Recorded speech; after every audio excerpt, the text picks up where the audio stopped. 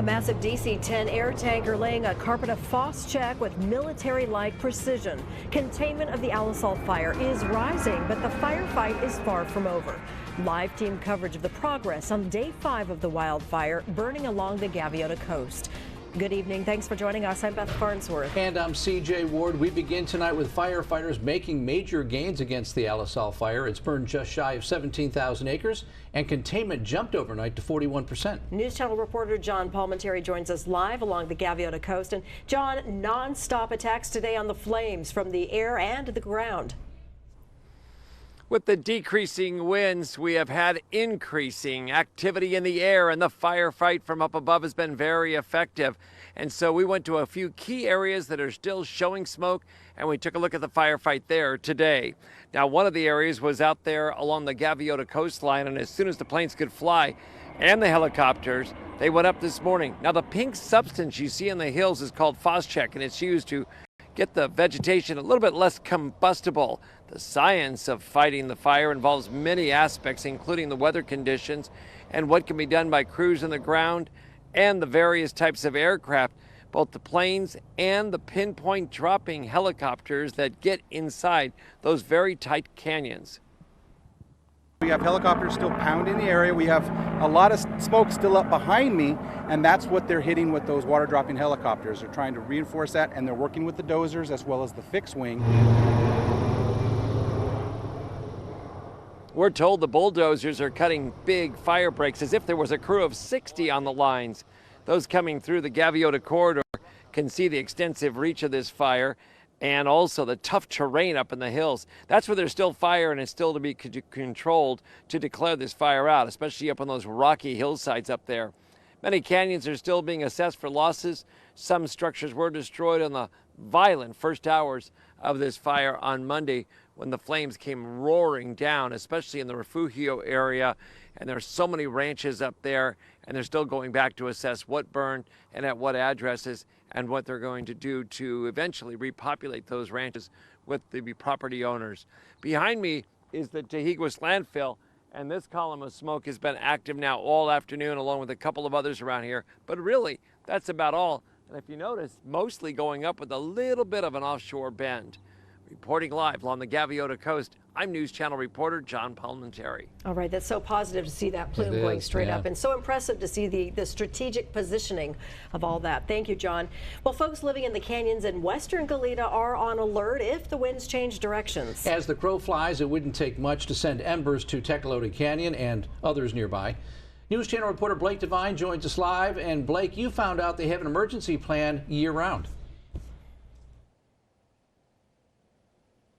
CJ and Beth, that is correct. And over here at Rancho Embarcadero, the fire came quite close. And although evacuation orders were never put in place, nearby neighbors could see large plumes of smoke only a few miles north. Luckily, there is a group of neighbors known as the Embarcadero Municipal Improvement District that was prepared with plans in place for an emergency response. This group of neighbors takes fire prevention efforts pretty seriously after enduring through evacuations during the Gap, Whittier, and Thomas Fire. The community center is set up as a staging area for firefighters to use as a command post or rest area.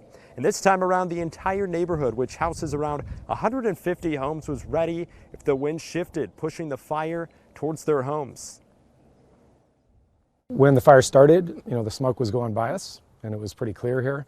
We knew it wasn't blowing directly toward us, so I think it was a little bit of a reassurance that it wasn't imminent.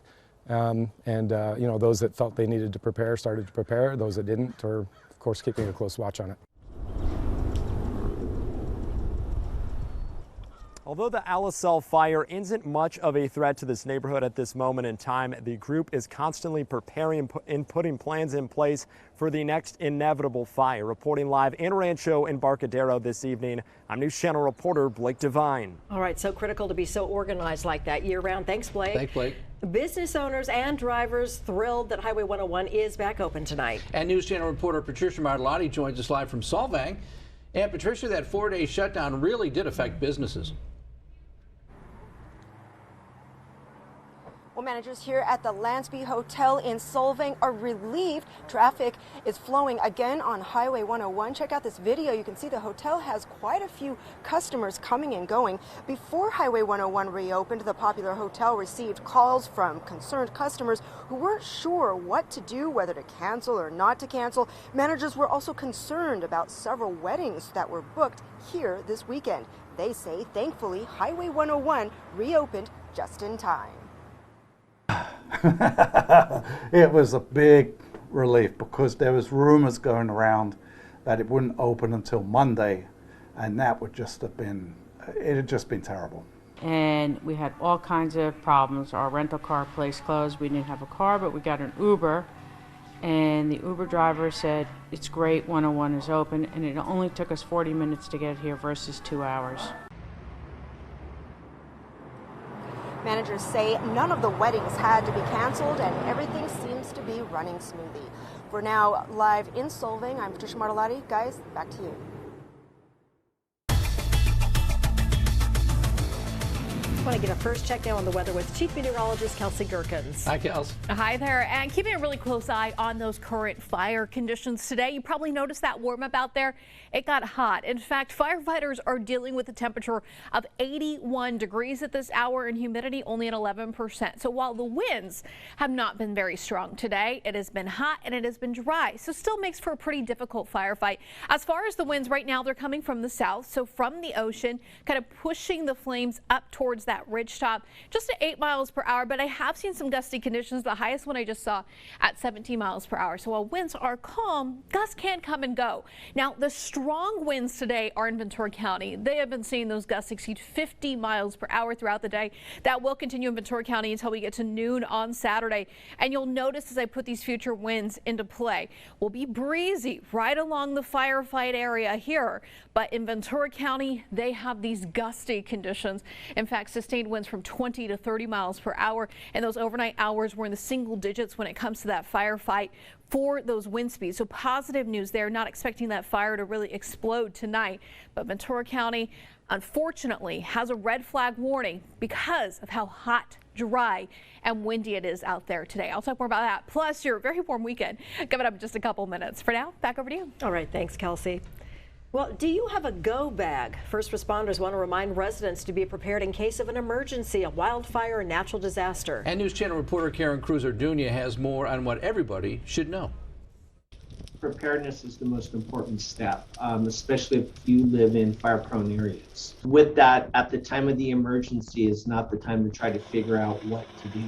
As some remain evacuated due to the Alisal Fire, public safety officials are urging everyone to take this as a reminder to prepare for future emergencies. Residents should always be ready to have like a go bag in case of a wildfire or an earthquake or other disaster. Items that could go in this go bag includes a change of clothing, water, food, medication, a phone charger, personal hygiene, and personal documents such as social security cards and birth certificates. You have to be prepared for at least 48 to 72 hours being on your own.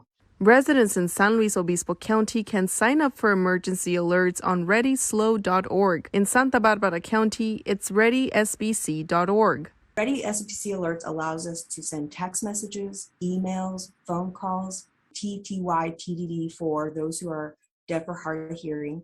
Those alerts go out to those who are only registered in the system. The Alisal Fire, we have used Ready SBC Alerts, and we use every time there's a new evacuation order or warning. And if there's ever an evacuation order in your area, officials urge you to follow it. So when you hear or notified that it's time to go, you need to go. In Santa Barbara County, I'm News Channel reporter Karen Cruz-Orduña.